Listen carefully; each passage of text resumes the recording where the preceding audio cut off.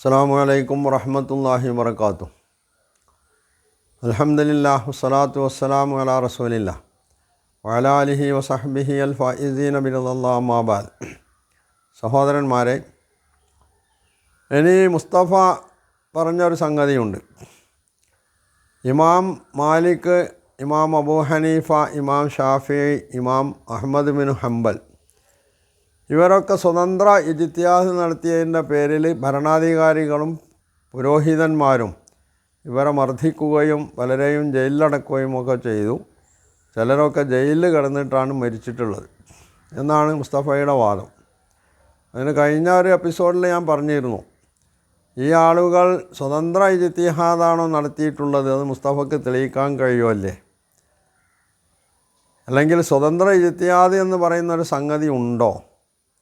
മുസ്തഫ പറയുന്ന രീതിയിലാണെങ്കിൽ വിശുദ്ധ ഖുർആനിൽ നിന്ന് മാത്രമായിട്ട് പിന്നെ ബുദ്ധിയും വെച്ചിട്ട് കാര്യങ്ങൾ പരിശോധിക്കുകയും തീരുമാനമെടുക്കുകയും ചെയ്യാനുള്ളതാണ് സ്വതന്ത്ര ഇജ്തിഹാദ്. ഇങ്ങനെയുള്ളൊരു ഇജ്തിഹാദ് ആയിരുന്നു ഈ ഇമാമുകൾ, ഇതുപോലുള്ള പല ഇമാമുകളും നടത്തിയിരുന്നത് എന്ന് മുസ്തഫയ്ക്ക് തെളിയിക്കാൻ കഴിയില്ല എന്നുള്ളത് ഉറപ്പുള്ളൊരു സംഗതിയാണ്. ചരിത്രത്തിൽ മുസ്തഫയ്ക്ക് അതിന് ഒരു തെളിവും സമർപ്പിക്കാൻ സാധ്യമല്ല.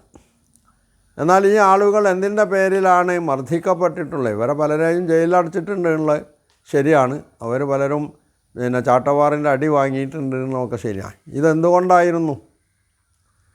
അത് പരിശോധിക്കപ്പെടേണ്ട ഒരു സംഗതിയാണ്. ചരിത്രം എന്ന് പറയുന്നത് തങ്ങൾക്ക് ഇഷ്ടമുള്ളത് സ്വീകരിക്കുകയും അല്ലാത്തത് തള്ളുകയും ചെയ്യുക എന്നത് നല്ലൊരു യുക്തിയൊന്നുമല്ല. അതിന് പേര് വേറെയാണ് പറയേണ്ടത്. അവനവന് ഇഷ്ടമുള്ളത് സ്വീകരിക്കുക, അല്ലാത്തത് തള്ളിക്കളയുക. അതാണ് ഇവിടെ മുസ്തഫയെ പോലുള്ള ആളുകൾ ചെയ്യുന്നത്. എന്നിട്ട് തനിക്ക് കൂട്ടാളികളുണ്ടാക്കാനുള്ള ശ്രമമാണ്, വൃഥാ ശ്രമമാണ് ഇവിടെ മുസ്തഫ നടത്തുന്നത്. യഥാർത്ഥത്തിൽ എന്തിൻ്റെ പേരിലായിരുന്നു ഇവരൊക്കെ മർദ്ദിക്കപ്പെട്ടിരുന്നത് അല്ലെങ്കിൽ ജയിലിലടക്കപ്പെട്ടത്? അത് പരിശോധിച്ചാൽ കാണാവുന്നൊരു സംഗതി, ഈ ഇമാമുകൾ ജീവിച്ചിരുന്ന കാലം എന്ന് പറയുന്നത് ഇസ്ലാമിക ലോകത്ത് രാഷ്ട്രീയ വടംവലികൾ നടക്കുന്ന ഒരു കാലഘട്ടം. ഹിജ്റ 132 ഉമവി ഖിലാഫത്ത് തകർന്നു. തുടർന്ന് അബ്ബാസി ഖിലാഫത്ത് നിലവിൽ വന്നു. അബ്ബാസി ഖിലാഫത്തിൽ അതിൻ്റെ പ്രവർത്തനങ്ങളുമായി ബന്ധപ്പെട്ട് ഉമവി ഖിലാഫത്തിനെ തകർക്കുന്നതിൽ അബ്ബാസികളും അലവികളും രണ്ടു കൂട്ടരും പങ്കുവഹിച്ചിട്ടുണ്ട്. പക്ഷേ അവസാനം അധികാരം വന്നുപെട്ടിട്ടുള്ളത് അബ്ബാസികളുടെ കയ്യിലാണ്. അപ്പോൾ സ്വാഭാവികമായിട്ടും ഒരു രാഷ്ട്രീയമായിട്ടുള്ള എതിർ പ്രവർത്തനങ്ങളിൽ ഇതിന് വിപ്ലവം എന്ന് പറയാൻ പറ്റുമെന്നൊന്നും എനിക്കറിയില്ല. വിപ്ലവം എന്ന് പറയുന്നതിൽ പന്തികേടുണ്ട് എന്നാണ് ഞാൻ മനസ്സിലാക്കുന്നത്. കാരണം ഇവിടെ യഥാർത്ഥത്തിൽ വിപ്ലവം എന്ന് പറയണമെങ്കിൽ ഒരു ആദർശത്തിൽ അധിഷ്ഠിതമായിട്ടുള്ള ആ രീതിയിലുള്ള ചില പ്രവർത്തനങ്ങൾ തുടർന്നൊക്കെ ചെയ്യുമ്പോഴാണ് മാറ്റം ഉണ്ടാകുമ്പോഴാണ് അതിന് വിപ്ലവം എന്ന് പറയേണ്ടതെന്നാണ് എൻ്റെ കാഴ്ചപ്പാട്. ഇവിടെ ഉമവികളോടുള്ള വിരോധത്തിൻ്റെ പേരിലാണ് അബ്ബാസികളും അലവികളും ആ ഭരണകൂടത്തെ തകർക്കാൻ വേണ്ടി ശ്രമിച്ചിട്ടുള്ളത്. അതിന് അവർക്ക് അവരുടേതായിട്ടുള്ള ന്യായങ്ങളുണ്ടെന്നുള്ളത് ശരിയാണ്. എന്നാൽ അതേസമയം രണ്ട് കൂട്ടർ ഒന്നിച്ച് ഒരു ഭരണമാറ്റത്തിന് ശ്രമിക്കുകയും അതിൽ ഒരു കൂട്ടരുടെ കയ്യിൽ അധികാരം എത്തിപ്പെടുകയും ചെയ്യുമ്പോൾ സ്വാഭാവികമായും ഭരണത്തിലിരിക്കുന്ന ആളുകൾ മറ്റവരെ സംശയത്തോടു കൂടി നോക്കിക്കാണുന്നുള്ള ഉറപ്പാണ്. അതേപോലെ തന്നെയാണ് ഈ ഭരണം കിട്ടിയിട്ടില്ലാത്ത ആളുകൾ ഭരണകൂടത്തെയും ആ നിലയ്ക്ക് തന്നെയാണ് നോക്കിക്കാണാം. മാത്രമല്ല, ഈ ഭരണത്തിലിരിക്കുന്ന ആളുകളെ താഴെ ഇറക്കാൻ വേണ്ടി മറ്റവർ പണിയെടുത്തുകൊണ്ടിരിക്കുകയും ചെയ്യും. ഇവിടെ അബ്ബാസികളുടെ ഭരണത്തിൽ അവർക്ക് കിട്ടിയിട്ടുള്ള സ്വാധീനം അത് വളരെ വ്യാപകമായിട്ടുള്ള സ്വാധീനമാണ്. എന്നാൽ അതിനെ തകർക്കാനും അവരിൽ നിന്ന് ഭരണം പിടിച്ചെടുക്കാനും വേണ്ടി അലവികൾ അവർ നന്നായി പണിയെടുത്തിട്ടുണ്ട്. അതിൽ ഷീഇകളുടെ ഇമാമുകൾ എന്ന് അറിയപ്പെടുന്ന മുഹമ്മദ് ബാക്കിർ, ജാഫർ സാദിഖ്, മുഹമ്മദ് നഫ്സു സക്കിയ പോലുള്ള ആളുകൾ, വേറെയും പല ആളുകളുണ്ട്. ഈ ആളുകളുമായിട്ടുള്ള നേരത്തെ പറഞ്ഞിട്ടുള്ള ഇമാമുകളുടെ ബന്ധമെന്തായിരുന്നു എന്ന് ചരിത്രം പരിശോധിച്ചാൽ കാണാൻ കഴിയും. അതിൽ ഇമാം മാലിക് റഹ്മഹുല്ല അദ്ദേഹത്തിൻ്റെ മൻസൂറിൻ്റെ കാലത്താണ് അദ്ദേഹം ജീവിച്ചിട്ടുള്ളത്. അപ്പോൾ അദ്ദേഹം തലാഖുമായിട്ട് ബന്ധപ്പെട്ടൊരു ഫത്വ കൊടുത്തു.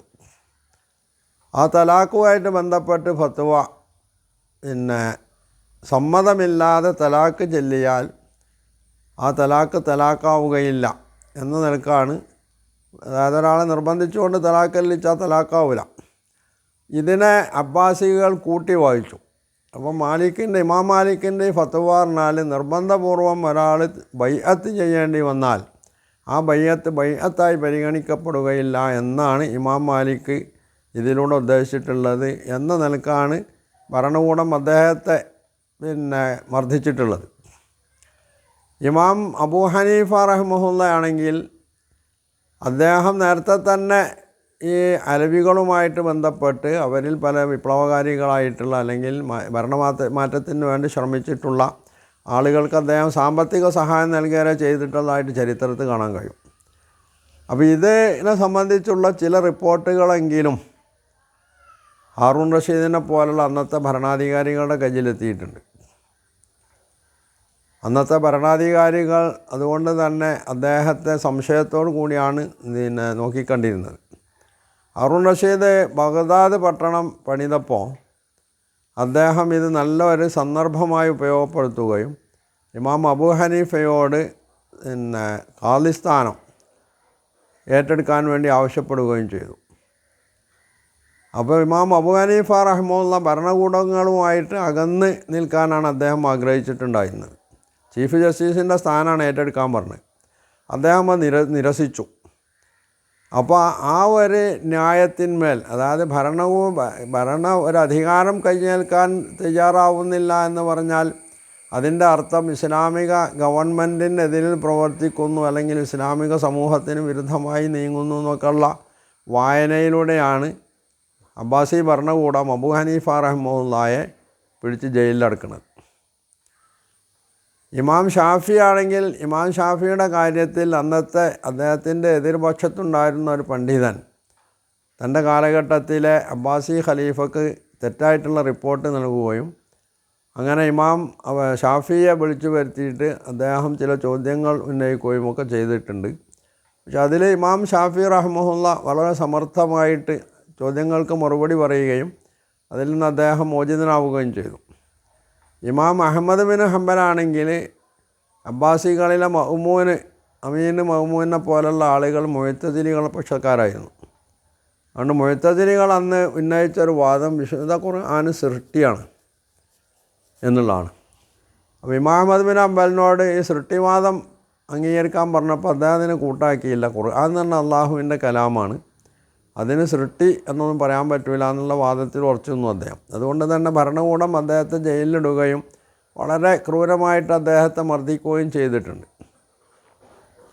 അപ്പോൾ ഈ ആളുകളൊന്നും യഥാർത്ഥത്തിൽ സ്വതന്ത്ര ഇജ്തിഹാദിൻ്റെ പേരിൽ അങ്ങനെ ഒരു ഇജ്തിഹാദ് അവർ നടത്തിയിട്ടില്ല എന്നാണ് ഒന്ന്. കാരണം അവർ ഖുർആൻ, സുന്നത്ത്, അതുപോലെ തന്നെ സഹാബിമാരുടെ പ്രവർത്തികൾ, അവരുടെ വാക്കുകൾ ഇതൊക്കെ അംഗീകരിച്ചുകൊണ്ടാണ് അവർ ഇജ്തിഹാദ് ചെയ്തിട്ടുള്ളൂ.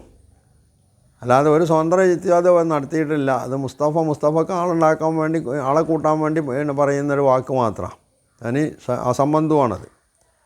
ഇവരൊക്കെ ഇജ്തിഹാദ് ചെയ്തിട്ടുണ്ട് എന്നുള്ളത് ശരിയാണ്. ഈ ഇജ്തിഹാദിൻ്റെ പേരിൽ ഒരു ഭരണകൂടവും അവരെ മർദ്ദിക്കുകയോ ജയിലിലടക്കുകയോ ചെയ്തിട്ടില്ല. തീർത്തും രാഷ്ട്രീയമായിരുന്നു ഇവരൊക്കെ ഈ മർദ്ദനങ്ങൾക്കും പീഡനങ്ങൾക്കുമൊക്കെ വിധേയമാവാൻ കാരണം എന്നുള്ളതാണ്. അതിൻ്റെ പേരിലാണ് അവരെ മർദ്ദിക്കുകയോ ചിലരെങ്കിലും ജയിലിൽ വെച്ച് മരിക്കുകയും ഒക്കെ ചെയ്തിട്ടുള്ളത്. ഇമാം അബൂ ഹനീഫ നേരത്തെ പറഞ്ഞല്ലോ, ഇമാം അബൂ ഹനീഫ ഇബ്രാഹിം ബിൻ അബ്ദുള്ള എന്ന് പറയുന്ന അലവി പക്ഷത്തുള്ള ആൾക്ക് സാമ്പത്തിക സഹായം വരെ നൽകിയിട്ടുണ്ട് എന്നാണ്. അദ്ദേഹം പറയും ചെയ്തു, എൻ്റെ കയ്യിൽ ഇത്രയേ ഉള്ളൂ, തനിക്ക് കൂടുതൽ സഹായം നൽകാൻ കഴിയാത്തതിലാണ് അദ്ദേഹം പ്രയാസപ്പെട്ടിട്ടുള്ളത്. അപ്പം നിലവിലുള്ള ഏത് ഭരണകൂടവും തങ്ങൾക്കെതിരിലാണ് പണ്ഡിതന്മാർ നീങ്ങുന്നതെന്ന് കണ്ടാൽ അത് ഈ കാലത്ത് മാത്രമല്ല എല്ലാ കാലത്തും എല്ലാ നാടുകളിലും എല്ലാ ഭരണാധികാരികളും ചെയ്യുന്നൊരു സംഗതിയാണത്. അതിലെ ശരിതെറ്റുകളെ സംബന്ധിച്ച് വേറെ ചർച്ച ചെയ്യേണ്ടതാണ്. എന്തായിരുന്നാലും ഈ പണ്ഡിതന്മാരാരും തന്നെ അവർ സ്വതന്ത്ര ഇജ്തിഹാദ് നടത്തിയിട്ടില്ല. അവർ ഇജ്തിഹാദ് ചെയ്തതിൻ്റെ പേരിൽ അവരാരും മർദ്ദിച്ചിട്ടില്ല, ഒതുക്കിയിട്ടുമില്ല എന്ന് മാത്രമല്ല, ഇമാം മാലിക്കിനെ പോലെയുള്ള ആളുകളോട് മൻസൂർ പറഞ്ഞിട്ടുള്ളത് അദ്ദേഹത്തിൻ്റെ മുവത്ത മുസ്ലിം ലോകത്ത് പ്രചരിപ്പിക്കണമെന്നാണ്. ഇമാം മാലിക്കാണ് അതിനെതിരെ നിന്നിട്ടുള്ളത്. ഇമാം അബു ഹനീഫയാണെങ്കിൽ അദ്ദേഹത്തിൻ്റെ ശിഷ്യൻ അബൂ യൂസുഫാണ് പിന്നീട് അടുത്ത് ചീഫ് ജസ്റ്റിസായിട്ട് നിയമിക്കപ്പെട്ടിട്ടുള്ളത്. അപ്പോൾ ഇത്രത്തോളമൊക്കെ ഇസ്ലാമിക സമൂഹത്തിൽ സേവനം ചെയ്തിട്ടുള്ള ഈ ആളുകൾ ചിലപ്പോഴൊക്കെ രാഷ്ട്രീയമായിട്ടുള്ള അവരുടെ എതിരഭിപ്രായത്തിൻ്റെ പേരിലാണ് അവരെ ഭരണകൂടം പീഡിപ്പിക്കുകയും മർദ്ദിക്കുകയും ജയിലിലിടുകയും ഒക്കെ ചെയ്തിട്ടുള്ളത് എന്നുള്ളതാണ് വസ്തുത.